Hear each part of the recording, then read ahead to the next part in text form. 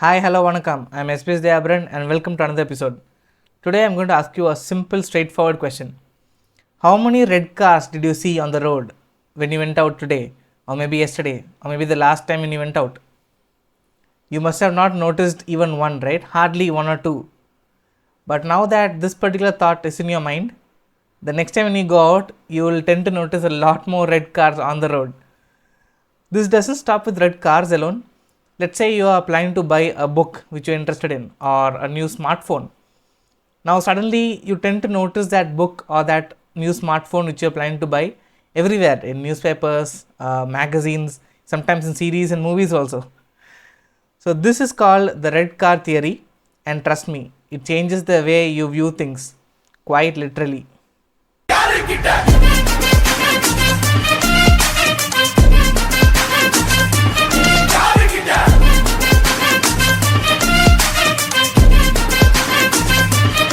I know what you're thinking. What is this damn red car theory, right?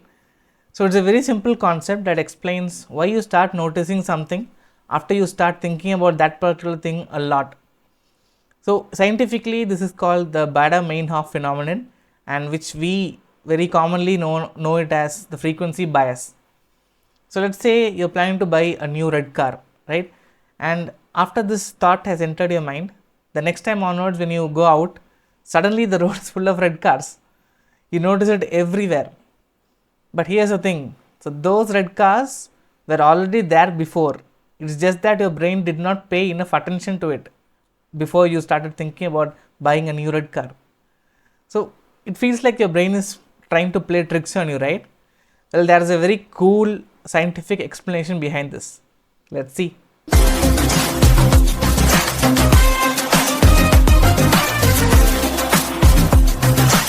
Now let's try to understand the basic psychology behind this. And in comes the concept of selective attention. In our everyday lives, we have a lot of information around us, and our brain filters these information and lets in only the ones which we deem important to us.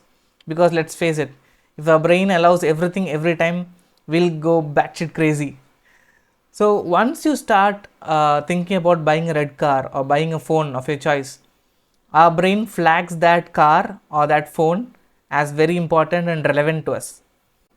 Once that switch is flipped on, our brain's reticular activating system, or the RAS, which is the part of the brain which is responsible for focus, it makes sure that you tend to notice the red car or the phone which you like a lot more frequently.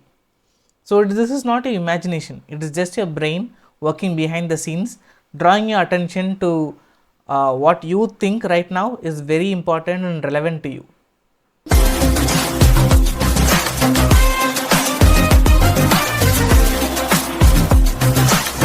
There are many uses and applications of the red car theory, and here I'll just discuss two of them.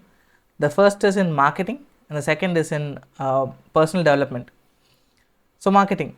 Brands use this red car theory to improve the brand retention in the minds of the customers. By constantly showing ads and posters of their products, these brands make sure that the customers remember their brands at the top of their mind almost always. And next is in personal development, notably in goal setting. Let's say you have a goal and you have a time frame, you set the goal. Now you start constantly thinking about achieving that goal. So what happens is you tend to notice a lot of opportunities that open up in relation with that goal. Maybe a lot of new courses that will help you attain that goal, jobs that are in relation with that goal, tools to work on that goal, and even people who directly or indirectly will help you attain your goal. This is also a classic example of the red car theory in practice.